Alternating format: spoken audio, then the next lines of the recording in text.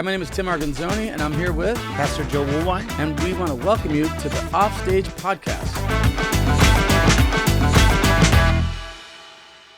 When you think about rehab, or if you think about any type of recovery home, you get a picture in your mind of a rehabilitation facility and people going into hospital type, or getting checked in, and they go in medical. They have a medical procedure or whatever. Sure. Who knows? Sure.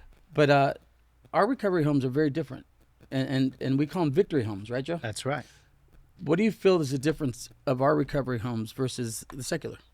Well, I would say that it's in our name, right? That it's a victory home. I remember the day that I walked into what I thought was going to be a rehab. I was expecting all these things that you're saying. I was expecting... Because that's what they told you. You're going to rehab, right? Yeah, that's right. Yeah. So I expected a diagnosis. Everybody was trying to diagnose my issue. Yeah. But I didn't walk into that. What I did walk into was a home.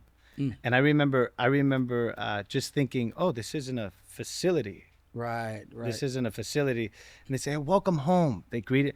And I would say that off, I mean, just to kind of put it out there right away, is the biggest difference with us is that it's not a facility, it's not a center, it's a home. Good point. And I think a lot of the times people that are coming through addiction, coming through prison, just to be introduced to what a home looks like and what a family environment looks like is just a powerful punch. That's something that was intentional, because when you go back to the history of how the home started, my dad, first of all, he got saved in Teen Challenge. So he came into he was actually the first drug addict they dealt with. Powerful, man. Isn't that heavy? That's powerful. Because really Teen Challenge at the time, I believe it was to reach out to gang members. And that's what Dave Wilkerson felt the need to go and help the gang members in New York City. Right. But then he saw how much people were hurting from drug addiction.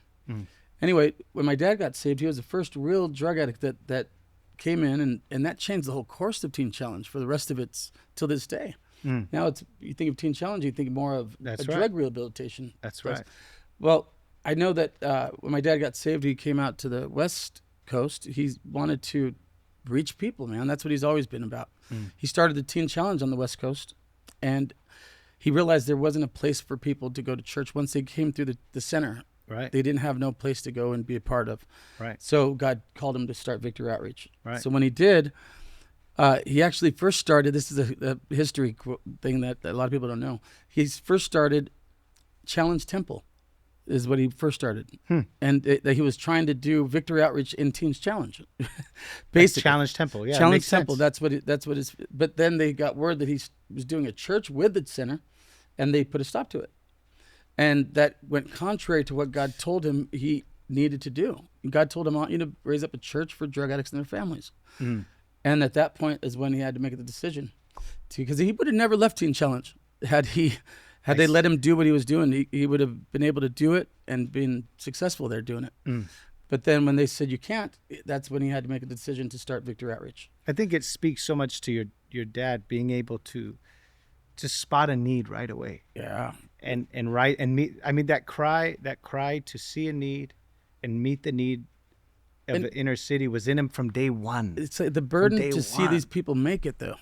See, that's a difference too with Victory Homes. In the Victory Homes, it's not so much about just the time you're with us. It's about your life after you leave too. That's it. And we don't just think of you while you're in the program. Just to graduate. Yeah, right? We're not a program. It's a lifestyle. It's a family they join, and it's a way of life. I love that we get to see people grow with us through life. Yeah. We don't just have them in for 3, 4 months, 6 months, 9 months, and then goodbye, you're off back on your own. It's not a one-time miracle. It's not a one-time miracle. You get to see. Good point. I think of like that story where Jesus touches the man's eyes and he says, "I see men that look like," and then like we get to see somebody's life get a miracle after a miracle, and then their first job, and then their first tithing, then their first girlfriend, right. You get to see just miracle after miracle. It's like a progressive, and then before you know it, the person 10 years later, and the person that walk through the doors, it's almost as though you think they're lying when they're telling their story because they've come so far. They don't look anything like what they did at one point. Yeah. They don't sound like them. the miracle is still in motion, but it's That's come so far. That's what I love about I grew up seeing, because Mm. in doing this, my parents used to bring people home to us, Sure. and that's how the home got its name. My dad would say, "Come home with me," you know, Mm. and then they would say, "Where are you going?" "Well, he's coming home." So that's how it got. He wanted it to be So simple, something simple. but powerful. Yeah. Yeah, Where are you so going? powerful. We're going to the home. That's what they called it. So ever since then, it's been known as the homes, the victory homes. Mm. Now, I love that because what he wanted to give the people was a sense of family, and that's really what you get when you come into a victory home. That's different than any rehabilitation center. You don't get family when you go there. You get treatment, That part. and that's a yeah. big difference. Yes. Yes. Because I'm not about the treatment aspect. You know what I'm saying? Like, I don't even like calling it a drug rehabilitation center. Mhm. I look at it like it's a discipleship home. Yes. It's a place where your life changes. Yes. A place where your destiny begins. Yes. And that's where life really begins for people. Mm-hmm. And I think their drug problem maybe was the thing that got them there. Mm-hmm. I think God used that drug problem to introduce himself to them. Right. But that was where their life really begins. So That's right. the drug part, I often say this. I tell people, if you came here just to get off drugs, then you're off. Now what? You know what I'm saying? right. In other words, once they Yeah. come in the home, they're not coming in and doing drugs anymore. But there's more to life than just getting off the drugs. Mm-hmm. So what would you say, Joe, that would be the thing that the homes are really about? Well, the power of the Holy Ghost. I mean, going into a victory home and being introduced to a family is one thing. Mm-hmm. But there's a lot of families, that will take people in, Yeah. but what sets apart a victory home is it's the power of God that is Yeah. flowing through that home. Yeah. And when you have Holy Ghost directors, men and women of God, that are there to introduce you to the Spirit of God and the power of God, Yeah. What discourse can't do, what somebody's doctorate can't, none of that was going to fix somebody like me. Yeah. You could reason with me all you want. I was an unreasonable person. Yeah, I get you there. You weren't going to reason me out of my addiction. You weren't going to reason me out of my crime. Good point. Everybody was coming to me with their reasons. Yeah, And I had all the more reason Yeah. to keep doing what I was doing. But there's something different when your life is interrupted by the power of God. Yes. And you don't think God is real. You don't think God can make a difference in your life. And then to be rudely interrupted by sensing the presence of God and just feeling shackles come off of you. Tell me about that, because the first day you came into the home, Mm-hmm. I remember you telling me about the story of how they initially prayed for you. Yeah. Tell me that experience. Yeah, I remember I had been up way too many days, and I was hallucinating. I was not in my right mind. And I remember I didn't really understand where I was at or why I was there. And I remember they said, okay, all right. So they seen my family off, and then they said, okay, we're going to pray for you now. And I remember it was kind of hazy, and they opened this door to the sanctuary, and there's like 50 men Wow. standing in there. That'd be a little intimidating. Yeah, as a I young was kid. so I didn't really know what to expect. Yeah. And then the staff walked up and said, "Hey, could we pray for you?" And I said, "Yeah, okay, And I'll never forget it. The second he touched the top of my head, I felt something kick out of my stomach. Mm. And it wasn't once, but it was twice. Wow. Boom, boom. And I'll never forget that feeling, because I immediately felt vacant. Like I felt empty. Mm. And I remember looking down thinking, what was that? Yeah. Yeah. And they began praying for me. Mm-hmm. And then afterwards I picked up my head, and I remember thinking something was gone. Yeah. Something You didn't was, know you had a few travelers with you, did you? I didn't. I'll be honest.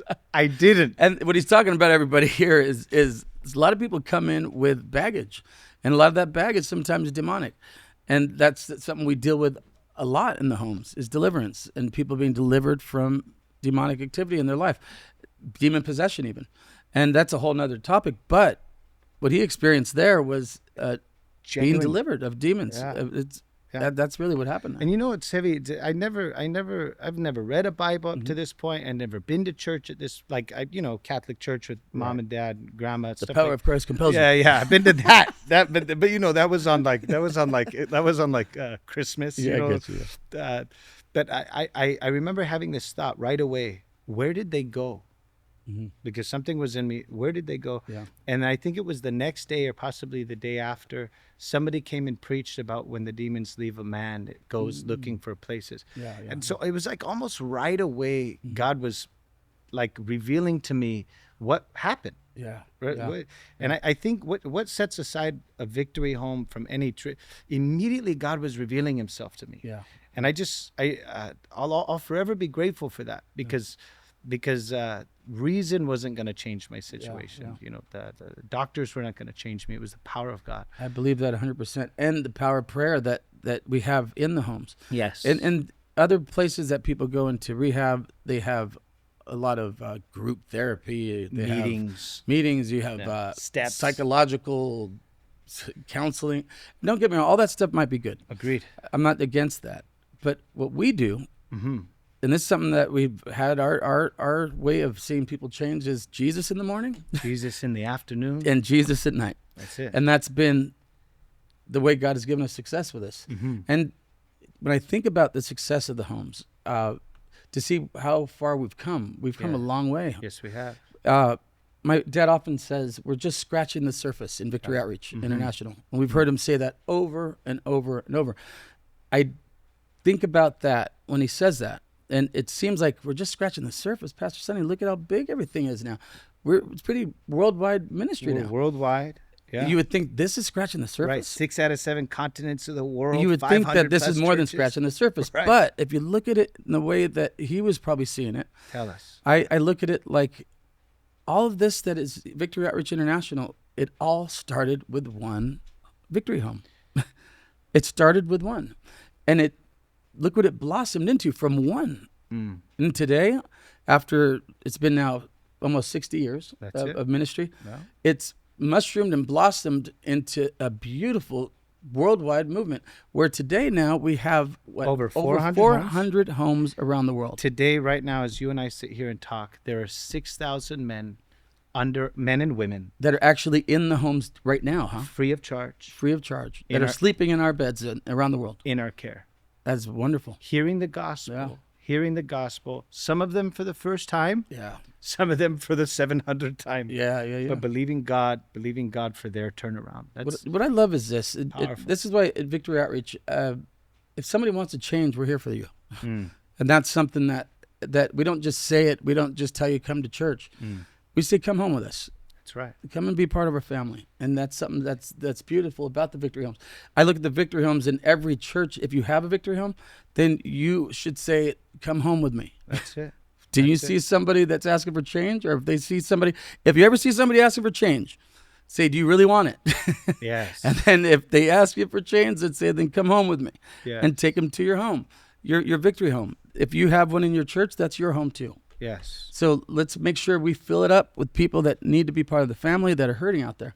I don't think a lot of people see it that way in the Right. local church. That's right. If you have a home in your church, you have a home to take people to, and that's yours too. If I could share it on that note, which ahead. is such refreshing news to some people, because some people, they've been looking. Yeah. They know they have a family member. They know they have a friend that has a need. Like I think about kind of my situation. My parents, good parents, didn't know how to deal with my situation. Yeah. And so they had sought high and low for an answer. Right. And all that was coming back at them was a program was going to cost them anywhere between $10,000 and $13,000 a month. And that was back then. Right. That's so what they're getting back is basically hopelessness. Yeah. So to hear somebody say, "We have a place for you," was like, It was a miracle. it was a miracle. God, And I can only think about how many people are out there that they're looking for help. Yeah. They're looking for help and possibly just have not come across the name Victory Outreach. It just for whatever reason. Yeah. And so I think sometimes it's familiar to us. Yeah. And we are worldwide. Yeah. And we have churches in many cities in the world, but for some, they've just haven't stumbled across who we are. And Now back to what I was saying. But when you think about scratching the surface, now if 400 plus homes were to have the same success that our first one did, just think about that for a minute. Can you imagine what 400 homes are about to do? If one home could get us to a worldwide movement, churches all over the world, what each of those 400 or 450 homes that we have, if they were to blossom into what the first one did, then I could understand what he means by we're just scratching the surface. And that's the potential that we have in these victory homes, because we're not just about getting people off drugs. That's the thing about it. Right. People don't understand that. I want to make that clear. We're not a drug rehabilitation home. We're a discipleship home. Yes. We're a place where people come in and they start their journey with God. Right. And they get to know him. They meet him there many times. Yes. They learn how to live like him. Yes. They learn their spiritual disciplines. Yeah. What else do they learn in the homes? Would you feel that it's something that people should know that happens in the homes? Well, I think in the beginning, like how you said, Jesus in the morning, Jesus in the afternoon, Jesus. But there was a lot of things I learned in the home, like even like the simple qualities of like sitting at a table with family, like learning how to manners. So like conduct, like just proper conduct. Not to mention theology. I've never read a book in my life until they introduced me to the Word of God and how but I would say mostly it would be prayer. Building my relationship with God and getting a hold of God and letting God get a hold of me. Like the real personal, intimate relationship. Yeah, they didn't introduce me to religion. And I would say that's happening today on a worldwide scale. So we're not introducing people to just a church or a religion, but to a real living Jesus that really does change people's life, that really does have a vision for people's life. I never even heard the term vision till I came to Victory Outreach, that I could have a plan and that God had a plan for me and that I could end up somewhere. I mean, we could go on and on, right? I mean, what you really learn in those short 12 months or more, if you're an extra grace kind of person. What I love about it is this too. In the homes, when they come in usually for a year. Many times people stay longer than that. Some people stay 18 months. Some people stay 2 years. Right. When they lose the whole time clock of how long it's going to be, is usually when God's done the work. That's it. But it's when people go into any type of rehab, they're always thinking, how long? How long? They're doing time. They're doing time. And they're programming it. Sure. That's another thing we stress. It's not a program. It's a whole. You're coming into a family, and when you come into a family, life changes. You're going to be part of something now, and it's no longer a thing of when I finish this home. It's letting God lead your life, letting God have control, and when He has full control is usually about the time we tell Him, okay, it's time to get out of the home. Right. Go and start your own home now. But I would say this: the overall purpose of the homes we kind of talked about here is raising up men and women to fulfill God's calling on their life. Yes. Now, would you say, tell us about the type of people that have come through that you've seen as a home director. Now, you've been a home director for years. Tell us about maybe some success you've had or what does it feel like being a home director, and what are your experiences with that? Sure. Yeah, no, I would love to. Yeah, I think a home director is, I like the way I've heard you call it before. It is Jesus style ministry. It really is. Yeah. I mean, you can't get closer to the heart of God than doing a victory home. I can't agree with that more. It's like having 12 disciples with you everywhere you go. Yep. At least 12, hopefully. Yeah. And I think if we're talking, if we're talking just things that I've seen with my own eyes, I have seen women get reunited with their children. That's a beautiful thing. I have stood in courtrooms where the same judge who had slammed the gavel and said, you'll never have your children again, only to see in a duration of time that same judge release those children back to their mothers. Wow, beautiful. I mean, if we're talking about the restoration of family, that's a beautiful thing to see. Yeah. I have seen people not in their right mind, talking to themselves, us as directors questioning, should they be here? Should we send them to get psychiatrically evaluated?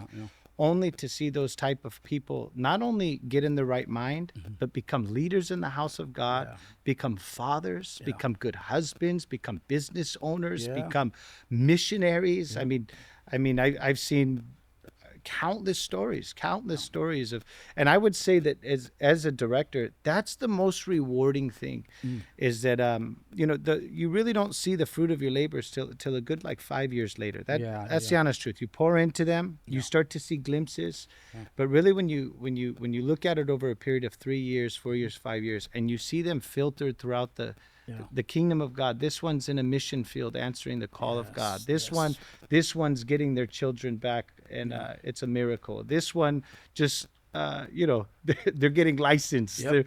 Isn't that a beautiful thing? Yeah, there's nothing like that. It truly is what we see in 2 Corinthians 5:17. That's right. If anyone is in Christ, he is a new he's creation. a new creation. Yeah, all things have passed away. Behold, and I think that's exactly what I'm trying to say. There's a beholding moment. Yes. Where you get to, as a director, you get to have the behold, all things are new. Isn't Man, that powerful? it's a wonder. Yeah. It's a wonder. It's a great thing because we get to be the ones that get to see it right before our eyes. Yes. And the miracles. Yeah. See, this is God used me for a long time in seeing miracles happen in my ministry, signs and wonders. I got to see great things. But I attribute that, the faith in believing in miracles was because I grew up in them every day. You knew nothing else. I mean, you can't tell me God's not real when you saw the people that came into our house. Yeah. The type of people that came home in our house. Right. And to see what they became. God is a God of miracles. Yes. And we got to see it every day growing up. So when I hear somebody has disease, cancer, anything, I've seen it too many times where God came through. You can't tell you. He's real. He's everything that the Bible says he is. Yes. And it's been demonstrated before, right before my eyes. So for me to believe that someone could be healed of something or that someone's lives could change, it's not a shock at all when I see God do it, although it never gets dull. There's an amazement to it. I'm still in awe. Yes. There still is an awe because he never seems to, he never ceases to amaze me, I guess you could say. Even though I believe he could do it, it's still so cool when I see it happen. Yeah. And that's one of the things I love about what we do too, is that we don't, it's not just them, they get rehabilitated. They have purpose now. Yes. And I think about World Conference, it has a lot to do with that. Yep. And it has a lot to do with how we envision our men and women. Right.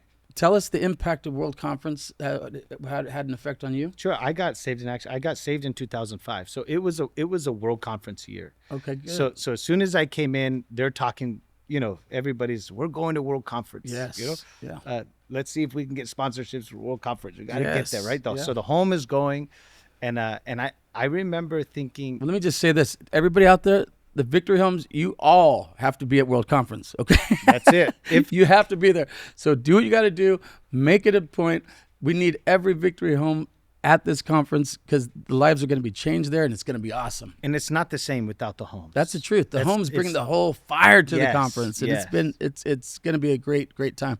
Tell us more about that. What you were just saying there. I mean, your first impression of a global ministry, right? Like I remember walking in thinking, I don't even know what to expect. But because you came into a home where you have 20 guys looking at you, right? Wanting to pray for you. Now they're taking you to now I'm getting in a van and we're going down south to this. Just get in the van. To this conference, you know. And I have some hand-me-down suits, and my ties that don't match, and my shoes that are 2 sizes too big. We're working on that, by the way. We got to make sure that the clothes look a little better on these guys. The times have changed now. Times have changed now. Yeah, but I'll never forget walking in and thinking, whoa, this like mega, like that term mega. I remember walking in and seeing a bunch of people that I could tell came from the lifestyle that I came from, coming from all over the place. Yeah. And I remember seeing just, and then hearing the level of impact come from our elders. The vision, and then I'm just telling you the way that I seen it. Then these people are believing in us. Wow. Because it's one thing to preach a doctrinal sermon. It's another thing to envision a dead man to life. Yes. It's another thing to envision somebody that's never, they from never meeting these men. Yes. That are up there preaching.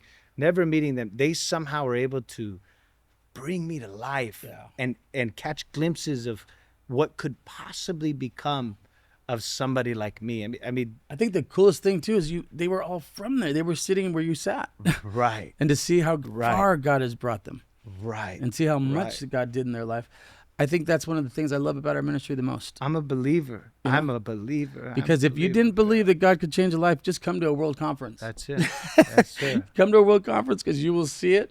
It will be life-changing just to see how many thousands and thousands of people that were on their way to hell. That's right. That's what's different about Victory Outreach versus, I mean, we're not the only ministry doing a good work, but we are one of the ones that are definitely doing something that's recognizable because people were in the clutches of Satan and they were on their way to hell. It's They disrupting. were 1 foot from entering hell, yes. and we were able to snatch them out of Satan's out of the hands. fire, literally out of And the fire. literally, Yes. the beauty of their salvation is something that is demonstrated in these world conferences. Yes. That it's mind blowing because just the feeling of heaven, a little Yes. touch of it is Yeah. at World Conference. The way Yes. it feels in the worship experience, and then when we're singing the songs and the atmosphere that's electric, and it's something that people can't just look at and see online. It's something that they have to experience. They got to Yes. be there. Yes. It's nothing like being there live. Couldn't agree with you. So I more. hope people are planning. I hope you're all planning to go to World Conference this year in December 1st to the 5th. I First think to it the is. 5th. Yep. And that's going to be the time where we all gather from all over the world. So do not do anything else other than go to World Conference. If that's the last thing you do, I promise you, your life will be changed. I promise you that you'll be envisioned and you'll see that this ministry is going forward. Yes. And we're continuing to move forward and to see this vision fulfilled. Now, in the Victory Homes, our future, we're going to bring it to a close in just a minute, but the future of our homes. Yes. You've been able to travel with me all over the world. We Yes. have different camp meetings we do around the world. Tell us about that real quick. Well, if you haven't been to a camp meeting, Yeah, those are the fire conferences. That's what we call those. there's no. It's all pretty much all people that are in the homes that go to those. Yep, Victory Homes and then And alumni. Many that have graduated the Victory Home always want to come. You want to be where the fire's at. That You wanna be where conferences, the those are fire's fun, at. huh? Yeah. So I mean, the camp meetings we've seen them we've seen them in Texas. We've seen them in South Africa. We've seen them down south, up north. I mean, in we've had Mexico. in we've been- Mexico. now we're going to be doing one next in Colombia, I think.